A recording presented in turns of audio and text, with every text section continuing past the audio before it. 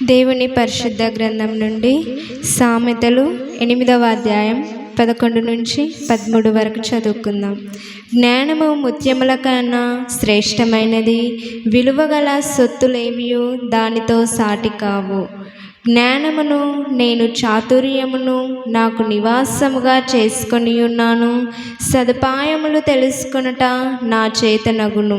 యెహోవా యందు భయభక్తులు కలిగి ఉండుట చెడుతనము నసహించుకొనుటయే.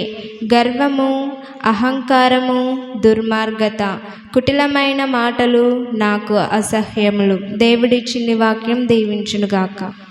అందరం తల్లు వంచుకున్నట్లయితే ప్రార్థించుకుందాం. పరిచారకురాలు అక్కగారు ప్రార్థనలో నడిపిస్తారు. అందరు తలలంచుకున్నట్టయితే ప్రేమించిన మా ప్రియ పరలోకపు తండ్రి, పరిశుద్ధుడు, సంగీతంతో స్తుతించి ఘనపరిచయం పరిచయం తండ్రి. నేను ఇంకా రాను ప్రభా, ఈ దాసురాలు వాక్యం ఇస్తుండగా యేసు నామమున ప్రార్థిస్తున్నాం తండ్రి, ఆమె. ఈ యొక్క స్త్రీల ఆరాధన కార్యక్రమంకు ఏర్పాటు చేయబడినటువంటి లేఖన భాగాన్ని మనం చదువుకున్నాం. మన యొక్క అంశం వచ్చేసి జ్ఞానము ఎలాంటిది, జ్ఞానము వలన కలిగే ప్రతిఫలములు ఏమిటి, ప్రతిఫలాలు ఎలాంటివి అనేది జ్ఞాపకం చేసుకుందామండి. జ్ఞానము ఎలాంటిది అంటే జ్ఞానము చాలా విలువైనదండి. అందుకోసమే జ్ఞాని అయిన సొలొమోను గారు చాలా చక్కగా తెలియచేస్తూ ఉంటున్నారు. ఒకసారి 11వ వచనాన్ని జ్ఞాపకం చేసుకుందాం. జ్ఞానము ముత్యముల కన్నా శ్రేష్టమైనది, నిజంగా విలువగల సొత్తులేవియు దానితో సాటి కావు. చాలండి.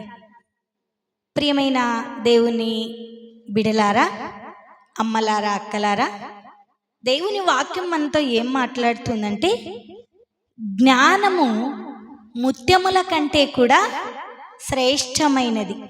నిజంగా మనందరికీ జ్ఞానం ఉందా అండి? ఉందా? ఉందా లేదా? ఉందా? సరే, ఉందో లేదా ఇప్పుడు వాక్యం చెప్తుండగా మనల్ని మనము పరిశీలన చేసుకుందాం. ఉంది అనొద్దండి, ఉందో లేదో వాక్యంతో పరిశీలన చేసుకుందాం, సరేనా? జ్ఞానము ముత్యముల కన్నా శ్రేష్టమైనది, విలువగల సొత్తులు దానికి సాటి కావు. నువ్వు జ్ఞానం ఉంటే చాలు, విలువగల సొత్తులు దానికి జ్ఞానము లేకుండా ఎన్ని విలువగల సొత్తులు వేసుకున్నా ప్రయోజనం ఉందా అండి? ఉందా? పంది ముక్కులో కమ్మి పెడితే దానికి ఏమైనా విలువ ఉందా? ఉండదు. జ్ఞానము లేని స్త్రీ ఎన్ని సొత్తులు వేసుకున్నా, ఎంత బంగారు వేసుకున్నా, ఎంత మంచి వస్త్రాలు కట్టినా కూడా దాంతో సమానమేనండి. కానీ ఇక్కడ దేవుని వాక్యం అందుకోసమే జ్ఞాని అయిన సొలొమోను గారు దేవుణ్ణి మొట్టమొదటినే అడిగాడండి. అందుకోసమే సామెతల గ్రంథం చదివేటప్పుడల్లా కూడా నేను చెప్తూ ఉంటాను, జ్ఞాని అయిన సొలొమోన్ మహారాజు రచించినటువంటి సామెతల గ్రంథము అని కదా. అయితే ఇక్కడ లేఖనాన్ని ఆత్మ పరిశీలన చేసుకున్నట్లయితే జ్ఞానము ముత్యముల కంటే కూడా శ్రేష్టము. నిజంగా నువ్వు జ్ఞానం ఉంటే చాలండి, నువ్వు బంగారు వేసుకున్నట్లే, ముత్యములు ధరించుకున్నట్లే. ముత్యముల కన్నా శ్రేష్టమైనది ఏదైనా ఉందంటే జ్ఞానము మాత్రమేనండి. నిజంగా జ్ఞానము కలిగి జీవించాలి. నిజంగా జ్ఞానం ఉందా లేదా ఒక్కసారి జ్ఞాపకం చేసుకుందాం. భర్త బయటకు పోయి ఇంటికి వచ్చాడు అనుకుందాం, పని చేస్తుంటామా లేదా? చేస్తుంటాం. వచ్చిన వెంటనే తను ఏమైనా అడిగాడు అనుకో, ఏం చేస్తారండి? కోప్పడతారు. మరి జ్ఞానం ఉందా? జ్ఞానం గల స్త్రీ కోప్పడదండి. ఆ కింది వచనాల్లో కూడా గర్వము, అహంకారము, దుర్మార్గత, కుటిలమైన మాటలు నాకు అసహ్యము అంటూ ఉన్నాడు. నేను అందుకోసమే జ్ఞానం ఉందంటే ఉంది అన్నారు. ఉందా? ఇప్పుడు మనల్ని మనం పరిశీలన చేసుకున్నాం.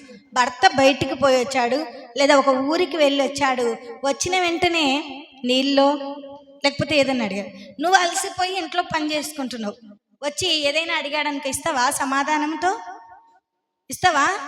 అడున్నాయి తీసుకోపో అంటారా అన్నారా? లేదా పిల్లలనన్నా ఎదగ.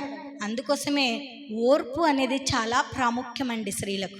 చాలామంది స్త్రీలలో ఓర్పు లేక కుటుంబాలను చిన్నాభిన్నం చేసుకుంటున్నారు, జ్ఞానము లేక చిన్నాభిన్నం చేసుకుంటున్నాడు, సహనము లేక చిన్నాభిన్నం చేసుకుంటున్నాడు.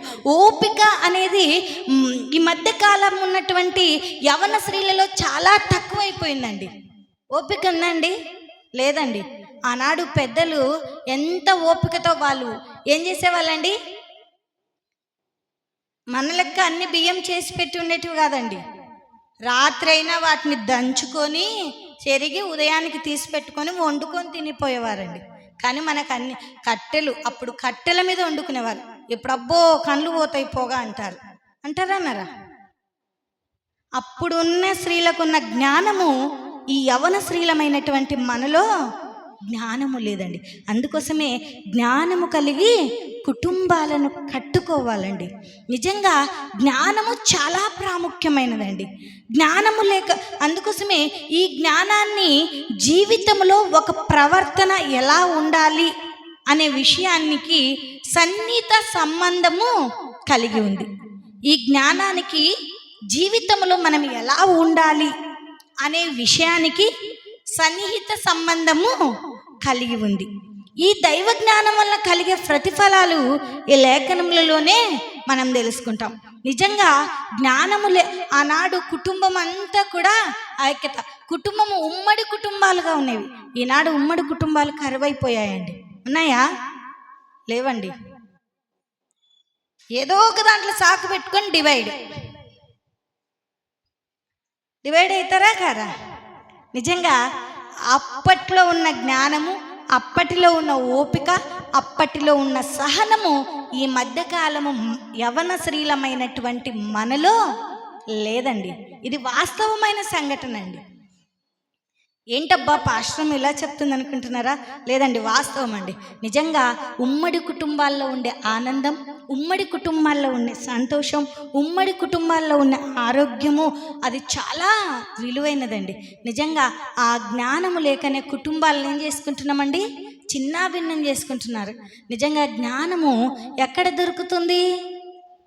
ఎక్కడ దొరుకుతుందండి? కొట్లలో దొరుకుతుందా? పొలాలలో దొరుకుతుందా? ఎక్కడ దొరుకుతుంది? దేవుని యొద్దమా. కానీ ఆదివారం స్త్రీలమైన మనం ఏం చేస్తున్నాం? నేను చాలా నిజంగా ప్రార్థన ఇడిచినాక నేను ఆదివారం చాలామంది స్త్రీలను గమనించినానండి. 5-6 మంది స్త్రీలను ప్రార్థన ఇడిచినారు. ఇంటికి పోయినాము, పనికి పోయి వస్తున్నారండి. మన ఏరియా వాళ్ళే, ఈ లైన్ వాళ్ళే. ఎంత అవివేకం ఒక్కసారి జ్ఞాపకం చేసుకున్నాం. 6 దినాలు కష్టించి పని చేయి, 7వ దినం విశ్రాంతి దినం. ప్రభువును ఆరాధించు, జ్ఞానాన్ని పొందుకో, నీ కుటుంబము సర్వసమృద్ధిగా ఆశీర్వదింపబడుతుంది. నిజంగా ఒక్కసారి మనలను మనము ఆత్మ పరిశీలన చేసుకోవాలండి. అందుకోసమే ప్రభువు అక్కడ అంటూ ఉన్నాడు, చదవండి 12వ వచనం.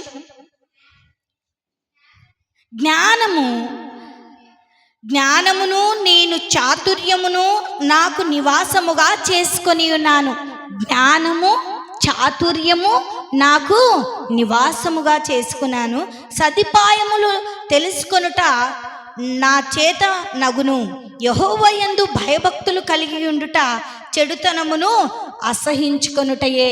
దేవుని యందు భయభక్తులు ఉన్నప్పుడే జ్ఞానాన్ని సంపాదించుకుంటామండి. దేవుని యందు భయభక్తులు లేకపోయాయి అనుకో, జ్ఞానము సంపాదించుకోలేమండి. దేవుని యందు భయము భక్తి లేదనుకో, ఓపికను కూడా పొందుకోలేమండి. దేవునిలో నిలకడ కలిగి జీవించలేకపోయామనుకో, సహనమును కూడా పొందుకోలేమండి. అందుకోసమే చదువుకున్న లేఖనములలో మనము జ్ఞాపకం చేసుకున్నట్లయితే, యెహోవా యందు భయభక్తులు కలిగి ఉండుట చెడుతనమును జ్ఞానము లేకయే చెడుతనమును జరిగించేవారు ఉన్నారండి. అవునా కాదా? దేవుని యందు భయభక్తులు లేకయే చెడుతనమును జరిగించేవారు ఉన్నారండి. భయము భక్తి 2 ఉన్నప్పుడు ఏం చేస్తారు? చెడుతనమును అసహించుకునే వారిగా ఉంటాం.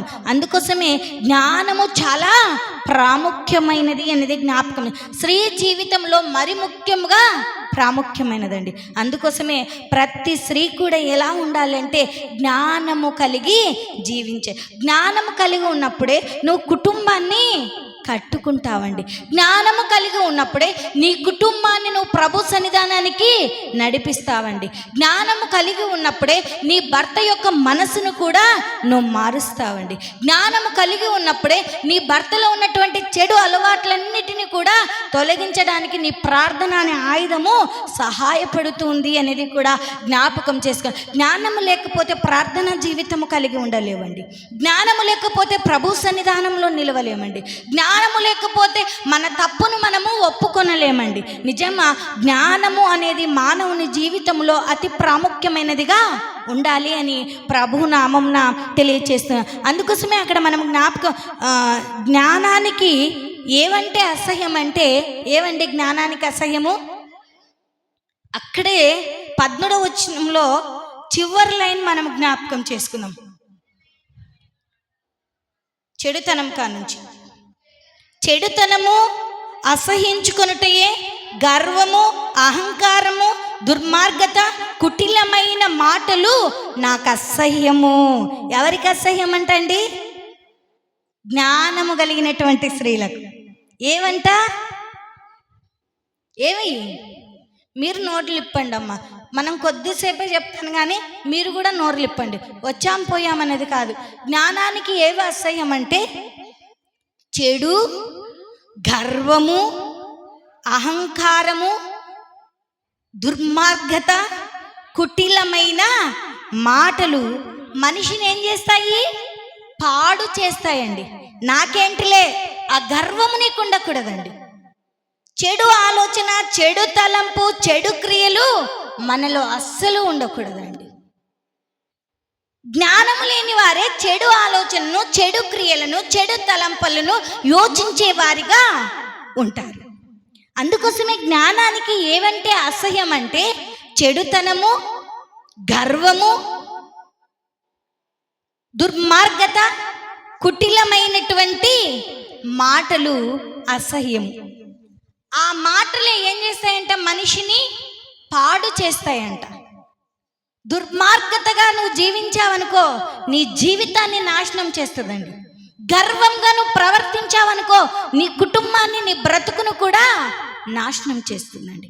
చెడుతనము నువ్వు కలిగి జీవించావనుకో పైకేమో బాగుంటావు, చెడు మనసు, చెడు తలంపులు, చెడు ఆలోచనలు నీకున్నాయనుకో నీ జీవితాన్ని నట్టేట ముంచేస్తాయండి. నిజంగా ఇవి జ్ఞానానికి అసహ్యం గనక నువ్వు జ్ఞానంగా ఉంటే, నువ్వు జ్ఞానవంతురాలుగా ఉంటే, నీ కుటుంబాన్ని నువ్వు చక్కపరుచుకోవాలంటే ఏవి అసహ్యించుకోవాలి? ఏవి అసహ్యించుకోవాలమ్మా?